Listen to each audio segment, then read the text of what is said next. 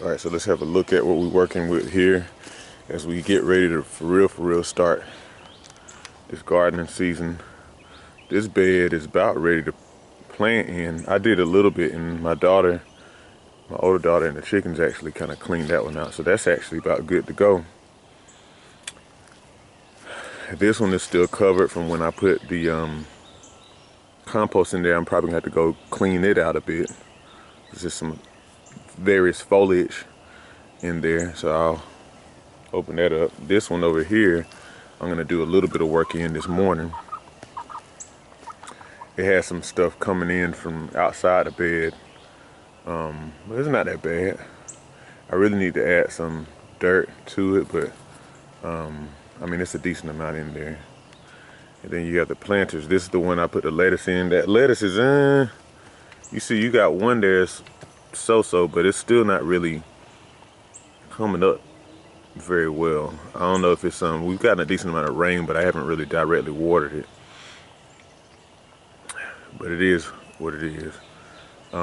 So yeah, I'm gonna do some work in that garden, and then here soon I'm gonna figure out what's gonna go in each separate garden. We have like a rotation that we follow, so I'm gonna have to figure that out. I think I'm gonna do that today. So I gotta be honest. Gardening is enjoyable, but I've had an issue in the past several years, really ever since I've been gardening, with being consistent. So my family and I have gotten good results for sure. That can't be denied. But if my goal is to really produce enough food where, as I've seen with others, we technically don't have to, buy vegetables from the grocery store, then like I just I just haven't done well with that. Because let's be honest, if you really want to get good results from a garden, you have to be very consistent. And that's something that I haven't done. Now, keep in mind, my wife and I both are entrepreneurs, full time in our businesses, growing businesses that in and of themselves require a lot. And so that with two young kids, and other responsibilities is a lot to juggle. However, I also have to be honest and say that I haven't always been the best with managing my time. And again, gardening is one of those things where you have to put time into it to get results. Literally, there's always something to do. There's always weeds. There's always pests.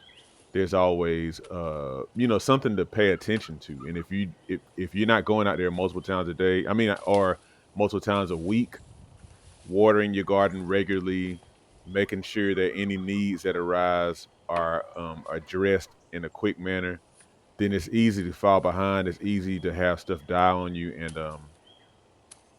I'm determined this year is going to be different. But if there's anything that I need to change personally this year, it's that I need to be consistent, and I need to make sure that I put in time at least 2 or 3 days a week. And I am determined to do that this year. Y'all pray for me, man.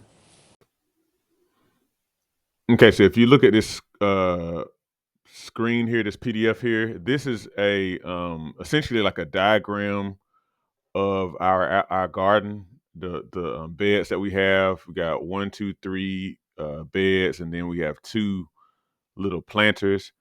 And I made this PDF just to kind of help us to know what rotation we're working with. And so, um, garden rotation is something that I've looked into for a long, long time, and I've done okay here and there as far as like maintaining gardens and whatnot. But it's something that I believe really does or really can make a difference. Because in the past, we tried to grow some things, and it hasn't always worked out as well because I noticed some things don't really grow well together. I also have noticed that if you plant something in the same place like 2 years in a row, it makes a difference. Potatoes, I mean sweet potatoes, tomatoes, things like that.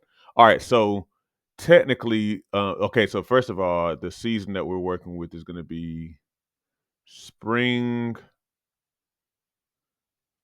of 2025. That's where we are now, and the rotation that we're working with.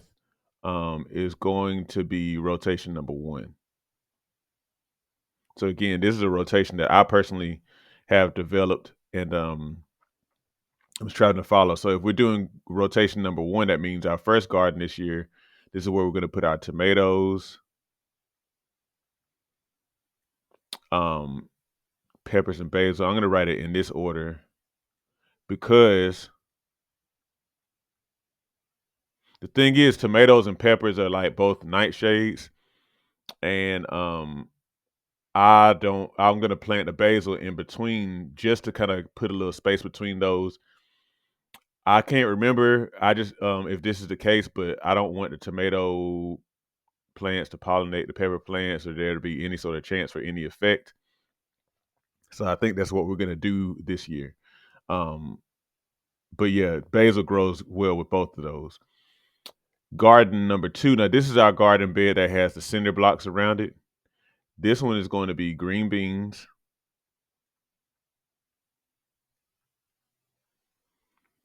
squashes, and I say squashes because it can be yellow crookneck, um, and or zucchini, um, and then cucumber, or I say cucumbers. Now I may also plant corn here. Cord, my bad. But anyway, I may plant corn here as well because if you know anything about the Three Sisters method of um, planting, um, that was popularized by Native Americans from years and years and years and years of their planting methods. You have beans, squash, and corn. Those are the three. Well, of course, cucumbers and squashes are kind of in the same family, but they planted these together because they're good companion vegetable plants. And so I may put corn there. We wouldn't necessarily get a whole lot of corn, because if you really want to get a lot of corn, you need to have a ton of space. But we'll just get a few ears of corn, but plant them with these other things since we're planting these other things already. And finally, garden number 3, that means we plant okra and then chard. Had mixed success with chard. I know my wife she kind of is not a huge fan of chard because it has a slightly stronger taste. But I like to try to plant it because it's a summer green. You can plant it without it bolting as easily as like collard greens and kale and stuff like that. Okra, that'll probably be what's in this garden mostly, because okra is very fast growing. I like okra. We like okra, or at least me and my wife do. Um, and then finally, in the planters here, carrots and sweet potatoes. I'm just gonna put SP for those. In that order because we won't really plant sweet potatoes until maybe June when it really starts to get hot. But I've already started those slips here indoors. So yeah, that's our basic rotation for this year. And yeah, just stay tuned. My goal is to keep those of you who follow this channel kind of up to date on what all we got going on with this garden rotation.